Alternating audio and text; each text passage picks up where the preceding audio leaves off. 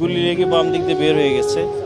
এবং bullet ইঞ্জুরির criteria মানে এটার ধরন হলে যেদিক দিয়ে ঢোকে সেটা ছোট, কিন্তু বের হয়ে যাওয়ার সময় বড় ইঞ্জুরি হয়, সেটা হয়েছে। এবং ব্রেন ইঞ্জুরি হলে ওখানে কিছু ব্রেন ফুলে ফেপে যায়, প্রেশার বেড়ে যায়, এটা যাতে ব্রেনের জন্য আরও ক্ষতিকারক কিছু এটাকে যাতে না হয়,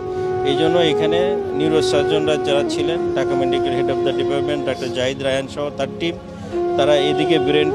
ব্রেনের যে মাথার খুলিটা একটা বড় করে খুলে দিয়েছে যাতে প্রেশার না বাড়ে। এবং কিছু রক্তক্ষরণ হচ্ছিল, তারপরেও নাক দিয়ে গলা দিয়ে সেগুলো নাক কান গলার ডাক্তাররা টিমে ছিলেন, সেগুলো বন্ধ করে ব্লাড প্রেশার মোটামুটি মেনটেন করে আমরা ওনাদেরকে পাঠাইছি। আমাদের সরকারি সিদ্ধান্ত ছিল যে ওনাকে আমরা সম্মিলিত সামরিক হাসপাতালে নিয়ে যাব, কিন্তু ওনার পরিবারের পক্ষ থেকে, বিশেষ করে তার ভাই,